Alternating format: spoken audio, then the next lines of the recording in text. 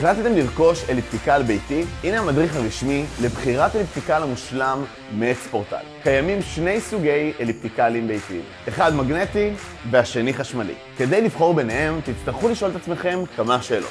מהו המשקל המקסימלי של המתאמן על המכשיר? לכל אליפטיקל משקל מתאמן מקסימלי שונה.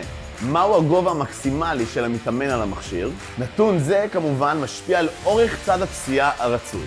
ככל שהמתאמן גבוה יותר, צריך שאורך צד הפסיעה יהיה ארוך יותר, כאשר אורך הפסיעה נע בין 36 ל-52 סנטימטר. מהי רמת הכושר הנוכחית והרצויה של המתאמן? נתון זה משפיע על משקל גלגל התנופה הרצוי. ככל שגלגל התנופה יהיה גדול וכבד יותר, ההתנגדות תהיה גדולה יותר ותדרוש יותר מאמץ להנעת המכשיר. בנוסף, ככל שגלגל התנופה גדול יותר, כך תנועת המכשיר חלקה ורציפה יותר. ודבר אחרון והכי חשוב, נסו את האליפטיקל לפני הרכישה. תבדקו האם הוא נוח לכם, האם התנועה עליו מרגישה לכם חלקה, יציבה ובטוחה. כי בסופו של דבר, הכי חשוב שתהנו מהאימון שלכם. ועכשיו, אחרי שכבר הפכתם למומחים בעצמכם, נשמח לעמוד לשירותכם עם מגוון אליפטיקלים ביתיים מהמתקדמים בעולם. דברו איתנו.